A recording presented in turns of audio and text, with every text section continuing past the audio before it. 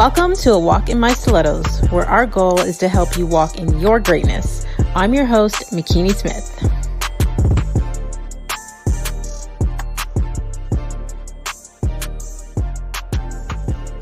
Hey, Faith Walkers, thank you for joining us on the A Walk in My Stilettos podcast, where we have conversations with amazing women that are letting us step into their shoes.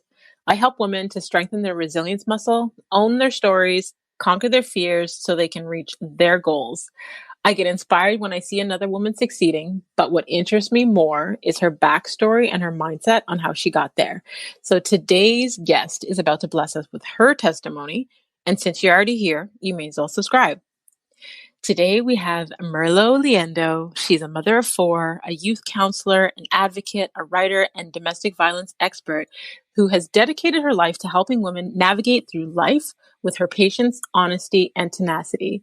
With over 20 plus years of working with young women and men who are vulnerably housed, who have youth justice involvement, and face mental health challenges, Mirlo plans to continue to share her expertise and experience as an emerging writer and public speaker with the intent of educating people and their support systems around the danger of intimate partner violence.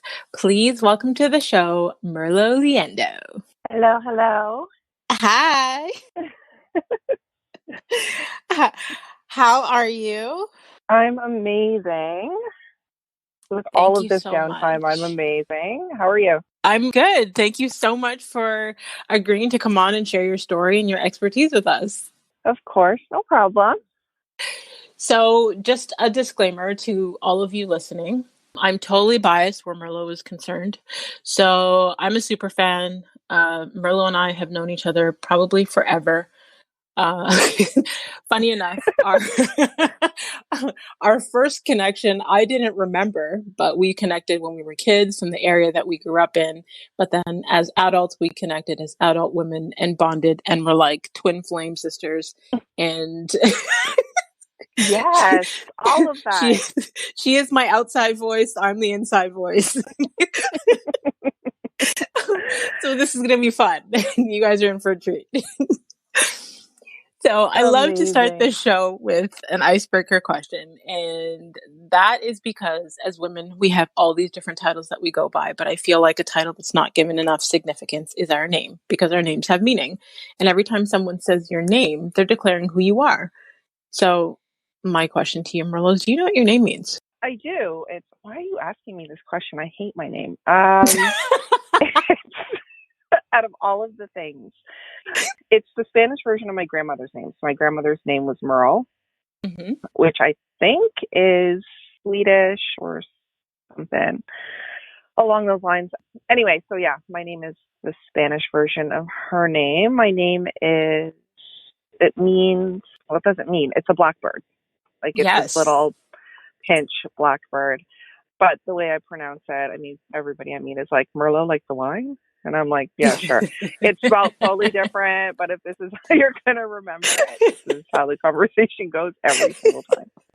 Mirlo like the wine, sure. So, 2 things. One, when you said that you totally hate your name, that is the reason why I started the show with asking that as an icebreaker question, because I grew up hating my name. And our parents tell us a lot of lies growing up, some unintentionally, but I grew up with my parents telling me that my name meant beautiful one. And I used to run to, people say, what does your name mean? And I'd say beautiful one. And, they'd gas my head and be like, oh yeah, you're so beautiful. But I grew up wanting to know more and digging deeper. And when I started to dig, I found out that it was actually Swahili for strength of character. And funny enough, better. Right? But funny enough, every time you and I went somewhere, we were always saying, as soon as we said our name, you're like, Mirlo, like the wine. And I'm like, McKinney, Raza Bikini. And because of that, I actually started to love my name. So when I started the podcast, it's like, that's going to be like my icebreaker question, because I hate my name. And I know there's other people out there who hated their name. But now that I love it, if we understand the meanings of our names and the background and where they come from, then maybe we'll actually embrace it a little bit more. So I thought it was funny that you actually mentioned those 2 things. That's awesome. Yeah, let's not get into middle names, because then I might just be disconnected by accident.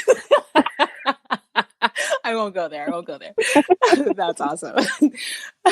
So speaking of little girl, what did Mirlo want to be when she was a little girl? I wanted to be a doctor. I wanted to be a doctor or a police officer, one of those two things.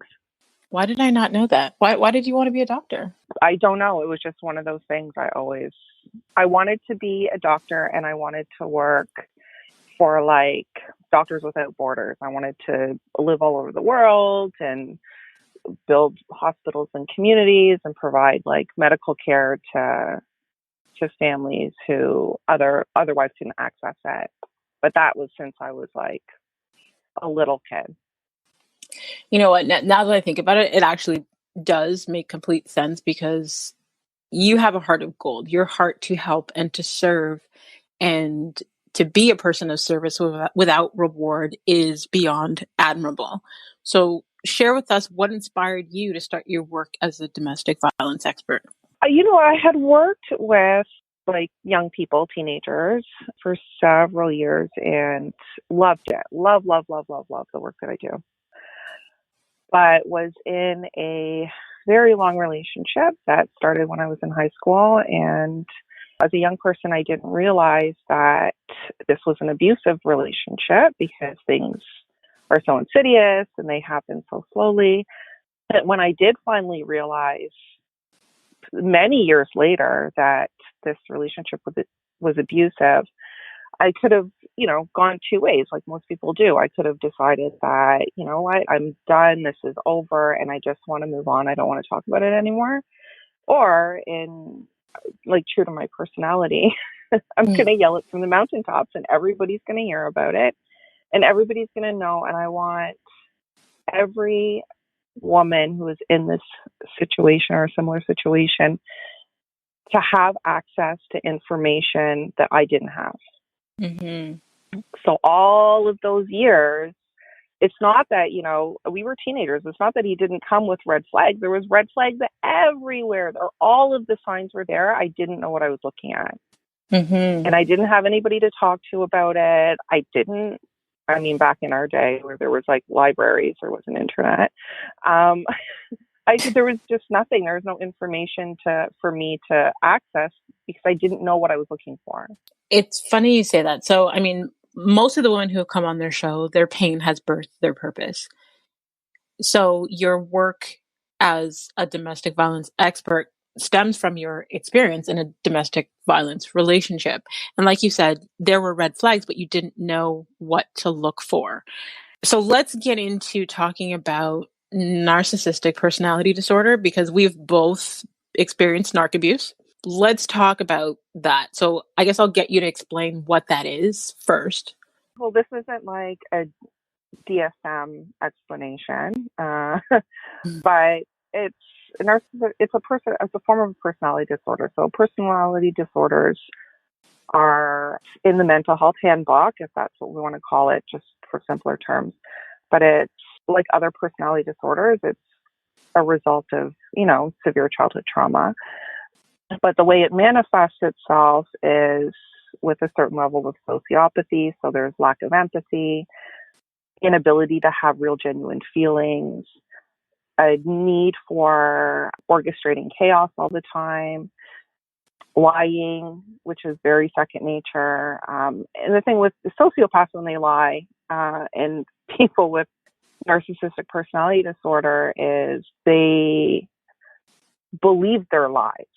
So when they're lying, you're they not believe getting that those is the same, truth. Yeah, you're not getting the same telltale signs and body language you get from people who lie, who are uncomfortable lying, like people with a conscience. So, there's so many things, and there's always an aspect of abuse. And for some women, that abuse, and for men, that abuse can but the abuse can remain in the emotional, mental, spiritual, financial realm. But for most, it at some point will translate into physical abuse as well, because they're always trying to up the ante of control. Mm-hmm. Yeah, I can totally, completely relate. In my past relationships, I've experienced a range of emotional abuse, financial abuse. It's so many different types of abuse.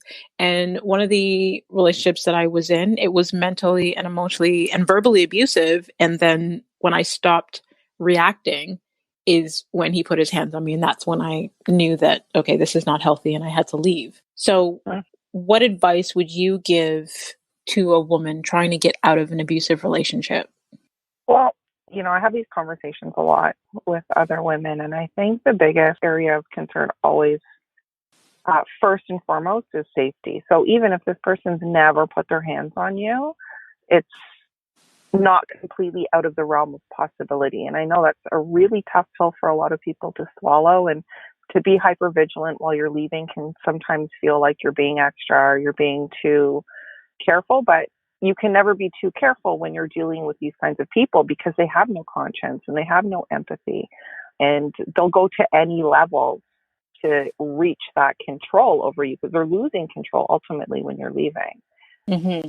But I always tell women, if you can and if it's possible, to not tell him that you're leaving, especially if they've been violent in the past. It's better to just leave while they're at work, leave, you know, if you're going somewhere else for the day, let's say you're taking the kids or taking yourself and you're going to your mom's for the day, that can be your opportunity to leave.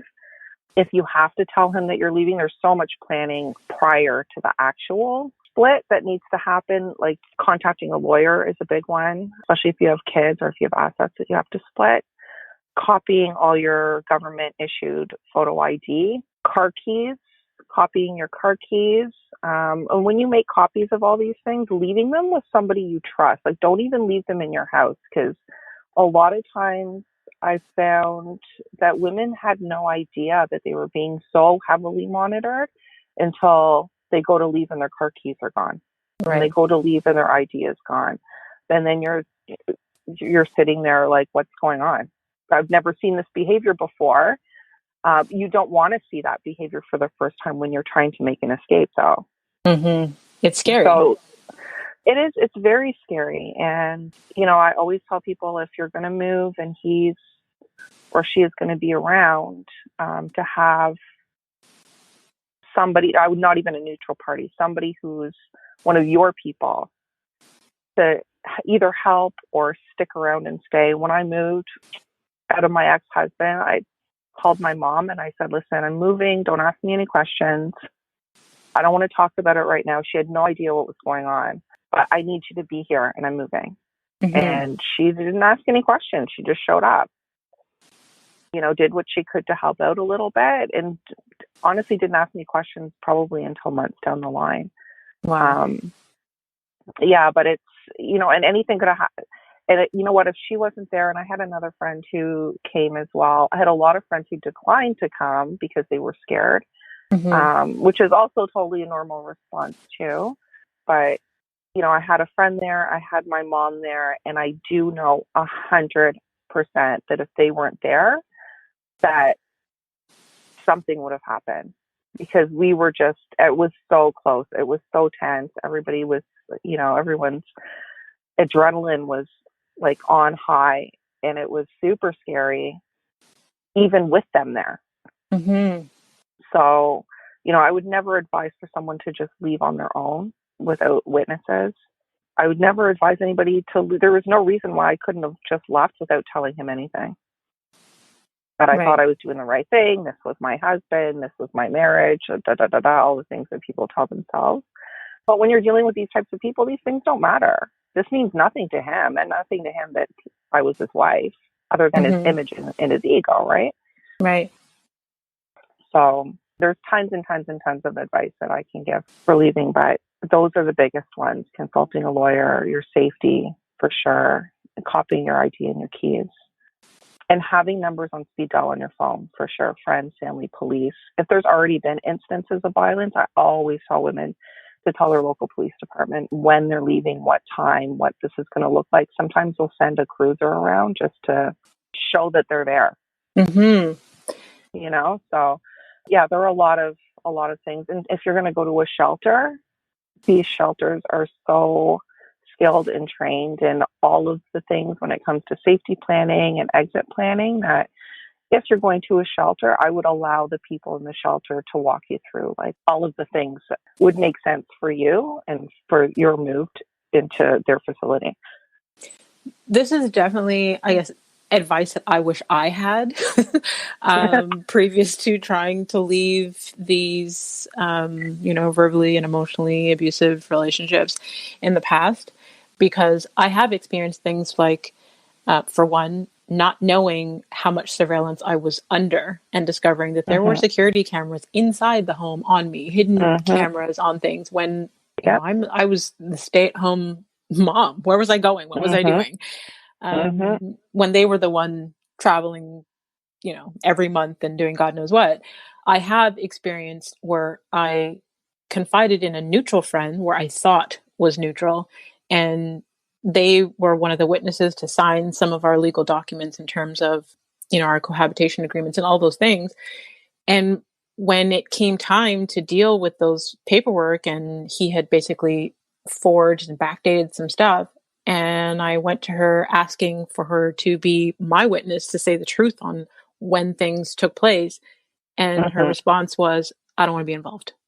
Like, or having the car keys hidden from me when I was trying to escape, and being blocked in on the driveway by a second car. And literally, if I didn't know where a spare key was, like, I had to drive onto the neighbor's grass to get away. Like, there were so many things that I wish I had known to have in place, like you said. Yeah. Yeah, I know. These things are so important. And people are going to listen to this and they're going to be like, what do you mean he had surveillance cameras? That's crazy. Well, like, there's no level of craziness with these people that is too much. Like, you can expect absolutely, like, I didn't know that my phone calls were being monitored. I don't know what I have very close friends who, much like you, found out that there were hidden cameras inside the house, and how they found out was finding the videos and seeing themselves. Like, how disturbing is that? Yeah. To just stumble across a video of yourself chilling out in the kitchen or hanging out in the garage or in your bedroom. Yeah, the violation of privacy and what that can do to you as a person, right? Yeah, absolutely. My question to you, having gone through that experience or those experiences, what did that teach you? What did you learn from that? Wow, what didn't I learn? I really learned that, this maybe isn't the most positive thing, but I've experienced a lot of really nasty people in my life, like a lot of very mean people, and I still walk through the world with these rose-colored glasses, like there's good in everybody, and not everybody has these ill intentions for you and all of these things. And I think my experience with my ex-husband was like, evil really exists, and it walks on two legs, and it can come looking like everything you've ever wanted in a person. It can really come with all the bells and whistles. And these men and these women, I don't want to just say men, but they are so charismatic and so charming. Like, that's the hard part. At no point did some angry, aggressive dude with a scowl on his face approach me, and I was like, this is going to be my husband. That absolutely did not happen. They're so charming and so charismatic and funny, and they are so good at mirroring you and asking all the right questions so they can really get to know you, and then mirroring themselves and all of your really great qualities so that it appears that you've met your soulmate, or that there's nobody else in the world that's perfect for you, and all of these false things that you could tell yourself after meeting somebody like this, because that's all part of the idealization phase, right? You go from idealization to devaluing to discarding, but the idealization stage of all of this could last years sometimes.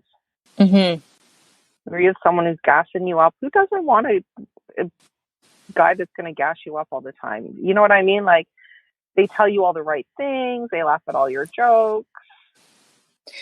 You know, all of the things that you want and think you want are right here in front of you. Like, why wouldn't you? yeah. You know?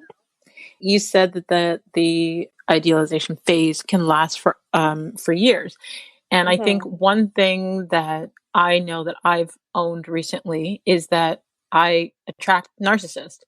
And after realizing that I have had multiple relationships with them, that familiar spirit, having to go through the rough healing process to recognize that I attract them.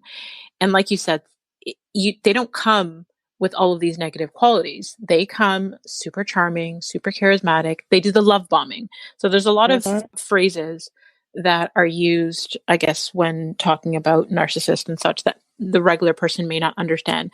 So in terms of like love bombing, I'll give you an example. A previous relationship, the love bombing was so intense where I thought, oh my God, this guy is the love of my life. I have never experienced this ever before. He wants to wash my hair. He wants to paint my toenails. He wants to feed me. He wants to like share a plate with me. There is all of this love bombing. And like you said, it can last for years. So my love bombing lasted for almost 2 years where I thought, oh my God, this is it. Like, I'm going to be with this person until I'm old and die. And then the other phase kicks in where all of a sudden this stuff stops and you're just like, okay, well, I used to walk in the door and you greeted me with hugs and kisses and how is your day, babe? And then I walk in the door and you don't even look up from the tablet that you're watching YouTube on to acknowledge that I'm in the room, that I'm now home. Okay, cool. And then goes to the next phase where it's like, I'm sorry, who are you? What? And then it's over. It's like, it's yeah, pretty much. I mean, I'm doing my best here not to go into too much detail because I'm not that type of person that's going to name drop or anything, but I've experienced those relationships and it makes you, especially people on the outside, where they're like, what do you mean? Because they come across so charming and because everybody else loves them, it's hard to speak about the negativity stuff because it's almost like no one believes you because you start to look like you're the crazy person. Like, that's not possible. They couldn't have done that. Meanwhile, inside the home, they are treating you completely different than how the outside world sees them. Absolutely.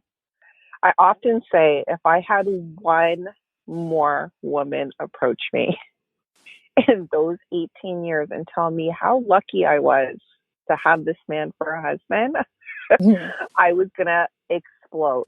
Like literally explode. I couldn't even tell you how many times I was approached by women that he worked with, women that we both knew, women that were mutual friends, women in the community, women on the street, in the friggin' grocery store. Wow, you are so lucky. And in my head, I was like, oh yeah? How? Which part? So, because in my house, this is not the same person. Right. And you talked about the beginning about there being red flags, but you didn't know what to look for. And I know that you and I both share a lot of stuff in our stories about narc abuse and I guess healing from them and signs to recognize. And I think one thing that I want to point out, because the term narcissist has become an epidemic within itself, but there are actually different types of narcissists. Like, there's so many levels to this other than the superficial term that people like to throw around. And I remember when I first started doing my research, and I guess when I realized that I attracted them to make sure that I didn't attract any more, was understanding that there's like the malignant narcissist who is like the worst type of them all, who will like lie, cheat, steal, do whatever they need to do. They don't care how you feel. There's like the victim narcissist, where it's almost like the Joker from Batman, where, you know, they're sad, but they want to prove the whole world wrong. Like, you have no idea how great I am, you know.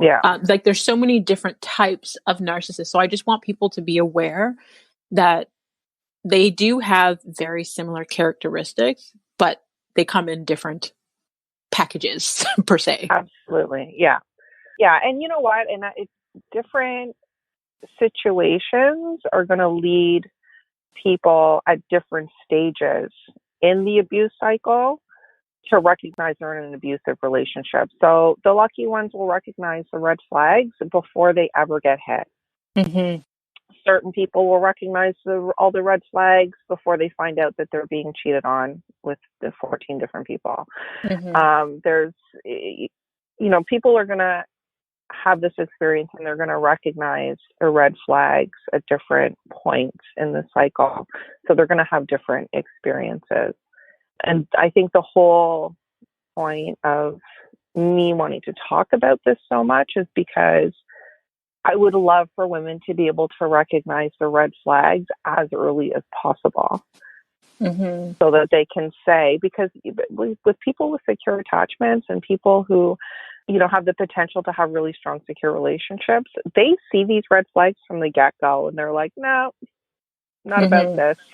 They're not fooling me. So, and something that my therapist said that rings so true is that every narcissist is charming and charismatic, but not every man who's charming and charismatic is a narcissist.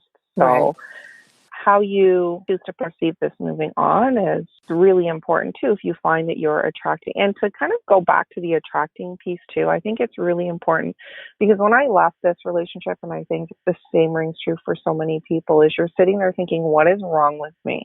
Like, what did I do wrong? What didn't I see? I attract these narcissists, and then saying it like there's something wrong with you. When the reality is these men are only attracted to strong, independent, compassionate, and loyal women. Like, they want you because you're great.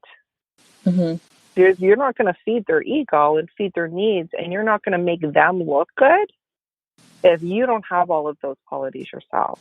Right. So it's not so much of a what's wrong with me, it's there's a whole lot that's right with me. But moving forward, what is it that I need to to know so that I can recognize this from the very get-go? Absolutely. It's funny. I guess I'm going to say one of the most recent narcissists that I dated wasn't until after the breakup where I was approached by other females that they had dated and realized they have a pattern. They do like strong women. They do like women that are independent. They do like women that are very much financially secure and are able to take on majority of the load. They do like women who are strong in their faith. It was like women that have all the checks except for they're single and they would love to be in a relationship. With everything that you've experienced and the work that you do, what inspires you most about what you do in how you serve? I think more than anything is, and aside from the work that I do, with women in domestic violence, the work that I do in general, for me to be able to provide the tools for people to be able to grow, to critically think about their situation, to learn more about themselves, those are all the things that are the most important to me. That it's not that you follow my advice or do what I say or anything like that. I just want to be able to give you information so that you can make more informed and better informed decisions for yourself moving forward. So take the information, share it with somebody. It can open people really have no idea that these things are happening. I still have people, I've had lawyers and judges and police officers and everybody tell me, he's a really great guy. He seems like a really great guy. He makes good money. He's a professional. I'm like, yeah, I was there. I know. Like, but he's not a really great, I wouldn't be here. I don't even know, like, the victim blaming is insane. The victim blaming. Ugh. Yeah, and to be able to stand my ground instead of feeling like I was falling apart. And I want other people to have this opportunity too, but to be able to stand my ground and say, this wasn't my fault. I didn't ask for this. I didn't entertain this. I didn't know what was going on. And now that I do, I'm making better decisions. But no, you're not going to stand there and tell me he's a really great guy, because he's not. And you're not going to tell me, well, he must be something because he's a professional, because he's not. Right. Like, lots of narcissists are professionals. That's what they do. He's a really great dad. I see him on social media all the time, or I see him in the grocery store with the kids, and everybody seems so, like, no. Maybe I don't want to hear it. Like, that has Like your perception of him or your relationship with him or whatever is fine. It's yours, but don't discredit mine because yours is Absolutely. different. Absolutely. I think that's a big one that people need to understand, because everyone's perception, we could actually be in the same room at the exact same time and see the exact same thing, and our perception of it in that room can be different, much less to Mm-hmm. have a perception of somebody based on one person who lives with that person, based on someone who has occasional encounters with that person. Yeah. And I had an incident just over a year ago where I was on a live for the Black Love page. And I think at the time they had like 400,000 followers or something like that. And I was speaking on a past relationship where it was verbally and emotionally abusive. And I left when they put their hands on me. And I spoke about some of the control and manipulation and I guess some of the other abuse that was happening. And someone who had watched it basically went to one of my exes and said, I believe she was talking about you on this live, and it has to be lies because you're such a nice guy and you would never do such a thing. Mm-hmm. And he came to me to let me know this. And I thought, Mm-hmm. wow, like I'm sharing my truth. I'm sharing the honest to God truth of what happened to me. And I'm being perceived as a liar because that person is viewed as a nice person. Yeah. Yeah. And that is the nature of this abuse too, because, you get into, with narcissistic personality disorder, there are all of these terms they use, so like flying monkeys, and, they surround themselves with people who put them on a pedestal, right? Because they need that constant ego stroking, really. Right. So yeah, they're going to be surrounded by their fans, their super fans. Mm-hmm. And they're flying monkeys. They're people who think they are like God's gift to the world and they walk on water. So this is exactly why a lot of people don't talk about their experiences, because it's mm-hmm. hard to hear, and it's hard to have other people question your reality, or the victim blaming, like I said before. These are big reasons why people don't talk about it. And I think, I know that it's the silence and the shame that gives these people all of their power. Mm-hmm. Mm-hmm. Absolutely. And I'm so determined to talk and to write and to share my experience, not only to take that power away from them, but to give power back to people whose voice matters. And the only way people are going to get through this is if they know what they're looking at and they know what's happening. Mm-hmm. You spoke to questioning reality and it being hard when other people question your reality. And as someone who has had many relationships with narcissists, it's already hard enough to be in a relationship with them because of all the gaslighting mm-hmm. and them making you question your reality, them invalidating mm-hmm. your feelings, them making you question if something really happened or didn't happen, mm-hmm. or the way things happen. So for anyone listening that doesn't know what gaslighting is, the term actually comes from a movie back in the day where I believe it was the husband was trying to make the wife feel like she was crazy. So he would do things mm-hmm. and then flip the script and say he didn't do it. She's crazy. Yep. So the term gaslighting, I mean, I have had relationships where I've lived with people that constantly gaslighted, and I've had a family member that continues to gaslight. So having people do things to you that make you question if you're going crazy. For example, if you have, I don't know, $100 and $20 bills sitting around, and 24 hours later, there's either, I don't know, there's only $60 or $80. You're like, I swore I had $100 here. And everyone is looking at you like, no, it was always 80. Like you're in your mind, you're questioning, but I swore mm-hmm. there was $100. And then you start to question mm-hmm. yourself. But the people around you are confirming what is actually not true as your new reality. And coming from living with people that treat you that way to now coming out of that, and because the whole world sees them as this amazing human being, and then they question you even more about what actually really happened.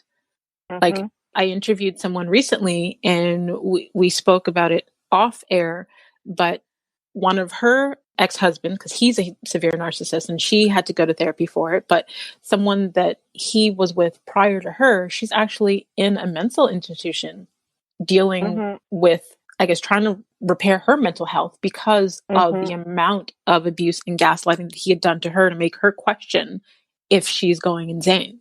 Yeah, I believe that. Wow. Tell us, what's one thing that most people don't know about Mirlo? You know what? I'm not as much of an open book maybe as people think. So I put a lot of stuff on social media. I use humor to get through everything that's hard, everything that's not hard, everything that's easy, everything that's great, and everything that's awful. So, but, you know, there is a certain degree of privacy that I like to hold on to as well. And I think people really don't know that so much about me either. It kind of appears like I've got everything out in the open, but I don't. I definitely don't. It's interesting you say that. I guess someone looking from the outside that doesn't know you would look at some of the stuff that you post and feel like they know you or all about you. And I can see how there is the more important details that you are private with because they're important to you. And there is absolutely nothing wrong with that. And I guess there's also that same misconception about myself because I am very transparent. I can be completely transparent, but you still have no idea like the finer details of my life. So as much as like anyone who is close to me knows that I'm transparent online and people may feel they know everything about me when actuality you probably only know 5%, if that. Yeah. So I get it. I mean, I think with me, people probably know 85%. Maybe 50, just a little bit private. But you know what, though? I think that attests to my sense of humor, too. I mean, everybody knows that what's funny really isn't anything that's totally absurd. It's real life stuff that people talk about. And yeah, I'm determined to be an open book only because I just want to be relatable. In this life, we have one shot to get it right this time, and we need to lean on each other and know that we're not in this alone. Absolutely. I love that. Speaking of not in this alone, you spoke earlier about your therapist. So I love to ask the women that come on the show if they've had any coaches or mentors that have helped them along the way and I guess how that's helped them. So same question to you. Have you had any coaches or mentors that have helped you along the way? I've had so many. When I left my ex, I was a complete and total mess. It was, and I've been through a lot of really hard stuff, and there's no secret about that either. But this was by far the hardest thing I've ever done. I will never, ever downplay that. Like, this was super difficult, and it was really difficult for a lot of years. And I still have, and things are great right now, but I still have days for sure where I just, I literally have to peel myself out of my bed. But I have a handful of girlfriends, some I've had since public school and some I had just met, who were really, I think, more important than they even realize in like these stages of my life where, I just needed to be heard without somebody trying to shove solutions down my throat. I needed to be believed. My feelings needed to be validated. Like all of the things that you're looking for in counsel, you really do find in friendships. So there's lots of women. I have a friend who comes with me to court because I can't do court on my own. I've got complex PTSD. I can't do court. Like I can't even think. The minute I get into the underground parking, like everything, my mind just goes completely blank. And I have a friend who, no questions asked, she will clear her entire day at the drop of a hat, and she attends court with me. I have friends that have encouraged me to continue writing when I felt like I was tired and I didn't want to do it anymore. And I have, I had looked for a therapist for a long time, but for a lot of years, because of the financial abuse that went along with all of this, I didn't have the money to pay for a therapist. So what I was looking for was therapists that were government funded, that were offered through, programs in Toronto. But because of my background in counseling, I felt like every time I met with one of these therapists that were going to be free of cost to me, that there just wasn't enough. The skills weren't what I needed. I think the degree of the work that I needed to do wasn't what I needed. So now that I'm in a better position financially, I interviewed probably 10 to 12 therapists. I knew exactly what I was looking for before I even started. I knew I wanted a female, that I wasn't going to work with a male therapist. I needed a female therapist who specialized in narcissistic personality disorder, because if they don't, they have no idea what you're dealing with. Absolutely. Yep. Who does trauma therapy and specializes in complex PTSD and specializes in domestic violence and works with more than one modality. So these were all of the things on my checklist. And I met with, like I said, 10 to 12 of them. And a lot of them I just, on an interpersonal level, wasn't clicking with. And then, the one that I have now she's perfect. Like, she's one of the most important people in my community and my team that I have of women to support me. And she's amazing. I love it. I love that. Yeah, she's amazing. Yeah, and she digs deep. And she laughs at my jokes. But then doesn't let me get away with it. I love her. So she'll giggle a little bit, and then she'll be like, okay, now back to the question, though. And I'm like, yeah, I'm trying to play with humor. I love that. And I've had a few women that have come on the show and spoken to the importance of having a therapist and the importance of interviewing therapists, because the first one you encounter may not be the one for you. So I love that you spoke to having to interview multiple ones and having a checklist of what it is that you're looking for because of your needs. I think that is extremely essential. And another thing that I feel is very essential is self-care. So what does your self-care routine look like? Self-care is seeing my therapist. And that's, I think, the biggest part. The biggest thing for me is seeing my therapist and being open and honest with the people around me about, how I'm feeling and what I need, what I want, communicating with people. Like, these are all of things that we don't have the luxury of having when you're living in an abusive relationship. Right. And people lose sight of that. You can't speak your mind, and you can't talk about what you need or want because they don't want to hear it. The minute you talk about something that you want or you need, they take it as a personal attack, and you just end up in a super volatile situation. So you learn to not express yourself. So now being able to have open, honest communication with people and being able to sit down with, the therapist to unpack how I even got here to begin with is super, super important to my healing and my growth. And writing. I mean, writing's been an amazing outlet for me as well. I love it. I love all of it. I love that you found the therapist for you and that you're healing and you're writing and everything that you're doing. And I'm here for all of it. I know you are. You're one of my people. I love you, girl. I know. I love you too. So, completely random question, which is a question I love to ask every woman that comes on the show. And so far it's been on point. So let's see how this goes. I came across this article on Reader's Digest that basically, I guess, explains what your favorite type of shoe says about your personality. So, Mirlo, my question to you is, what is your favorite type of shoe? Is it like a high heel boot, a running shoe, a flip flop, a stiletto, clog, wedge, mule? I don't know. What's your favorite type of shoe?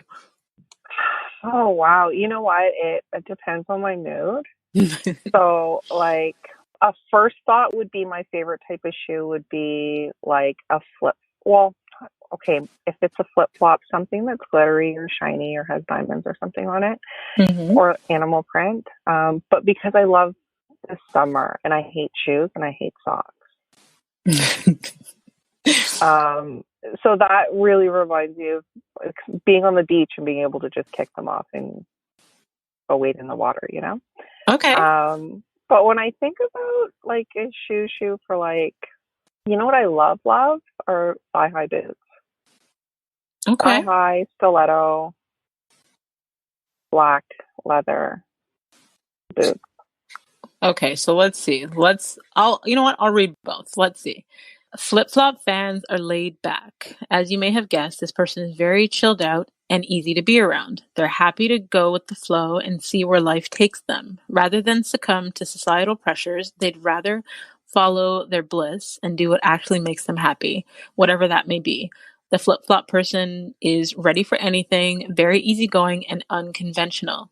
There's someone who is spontaneous and willing to go with whatever is happening in the moment without regard to the appropriate thing or the norm or whatever's expected.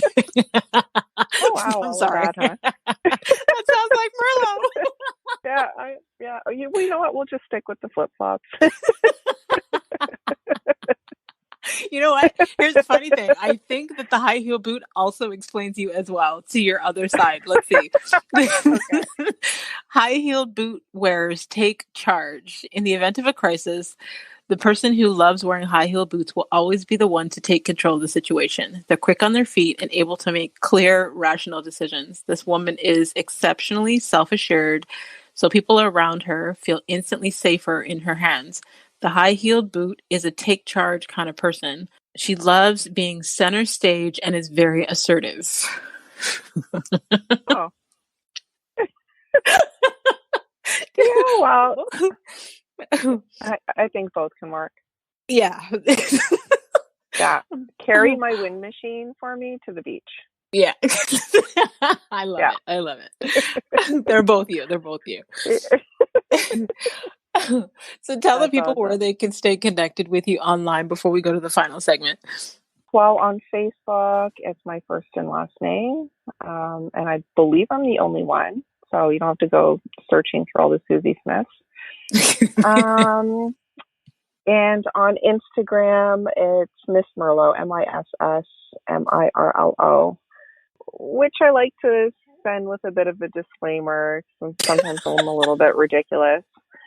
But in all honesty, my level of ridiculousness is actually 10 times worse than anything that I put on social media. So I will have the links to all of your socials in the detail section so they can just click. So the final segment of the show, I call it a walk in her wisdom, and it's just some reflection questions, and you share the first thing that comes to mind. Cool. Name a book that has changed or greatly impacted your life. I have to say The Alchemist is the first one that jumps out, which is one that you can read like several times. I think if you read it several times in your life at different stages in your life, you probably pull more out of it.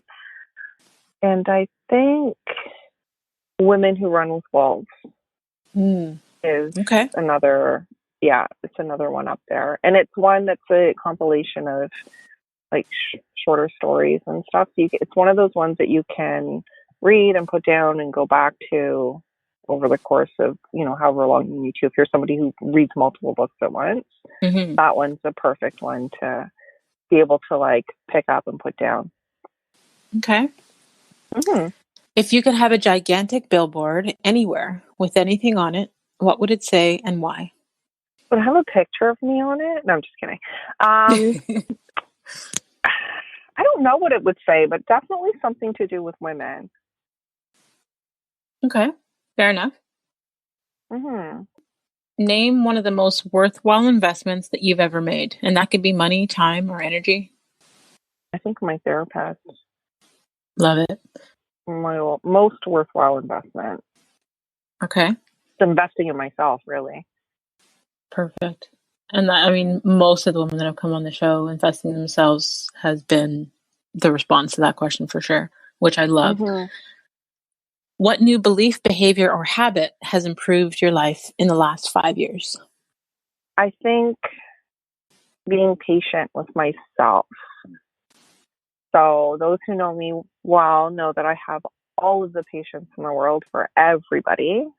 All my friends, my family, kids, people on the street, the TTC driver, I have all the patience in the world for everybody, but I haven't always been the most patient with myself. So learning how to be patient with myself is right up there for sure.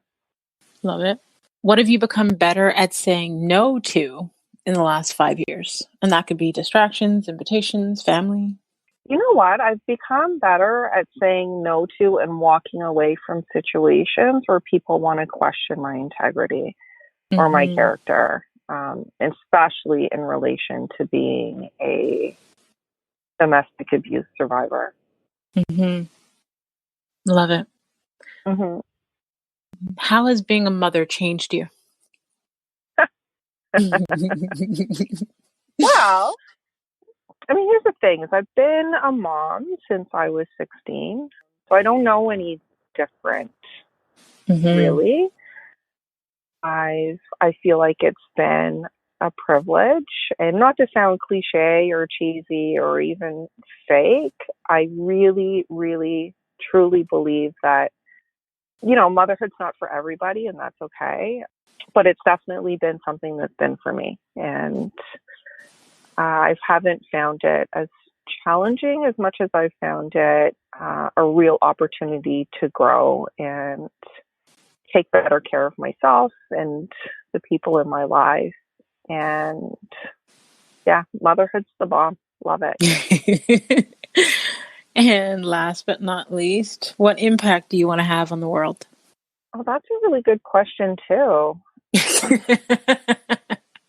You know what? If I can help one person, one woman stand taller and have a little more courage and speak with her chest, then I'm all for it.